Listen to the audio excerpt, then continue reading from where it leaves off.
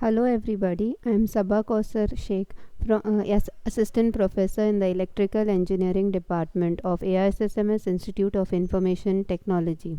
In this video, I shall be explaining the thermal breakdown theory in solid dielectrics for the subject High Voltage Engineering for final year electrical engineering students.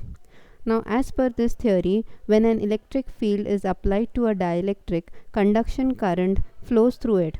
However small it may be, flows through this material. The current heats up the specimen and the temperature rises. The heat generated is transferred to the surrounding medium by conduction through the solid dielectric and by radiation from its other surfaces. An equilibrium is reached when the heat generated is equal to the heat used to raise the temperature of the dielectric plus the heat radiated out.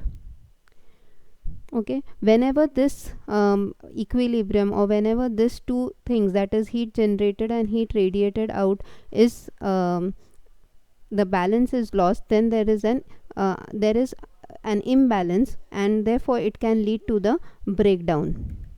Now let us see in detail what is this heat generated, what is it given by. So the heat generated under DC stress E is given by WdC is equal to E square sigma, where sigma is the DC conductivity of the specimen. Under AC fields, the heat generated is given by WAC is equal to E square F into epsilon r tan delta upon 1.8 into 10 raised to 12, where F is the frequency, delta is the loss angle of the dielectric material, and capital E is the RMS value. Now WAC or WdC is the value of the heat generated under different conditions, sometimes in AC or DC conditions respectively. Whereas heat dissipated, that is radiated or given out to the surrounding, is given by Wt is equal to Cv into dt upon small dt plus div K grad T, where Cv is the specific heat of the specimen, T is the temperature of the specimen, K is the thermal conductivity of the specimen, and small t is the time over which the heat is dissipated. So this particular graph is very helpful in understanding this concept. So if you can see, E1 and E2 are showing two different electric intensities, or two different situations of the electric intensities under which the heat is generated, right? And if you see, this straight line is the heat lost.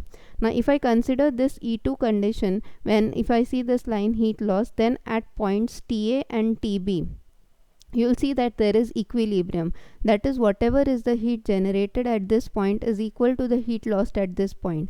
But beyond this point, the heat loss is more than the heat generated. Right? Again, at TB, the point at TB point, the heat lost is equal to heat generated, but beyond this point the heat generated is much more than the heat lost. So in both these conditions, beyond points TA and TB, beyond these points, there is a region where the heat generated is more than the heat loss, whereas in between this region, that is in between TA and TB, if you see, the heat generated is less than the heat loss, and hence in this region the breakdown will not occur. In this region the breakdown will not occur, but the breakdown occurs whenever WdC or WAC exceeds Wt. That is, whenever the heat generated exceeds the heat lost, then there will be a thermal breakdown that will be occurring, which from this figure is observed beyond points TB and beyond points TA. In between this, there is no breakdown that will occur. Hope you have understood this concept of thermal breakdown in solid dielectric clearly. Thanks a lot.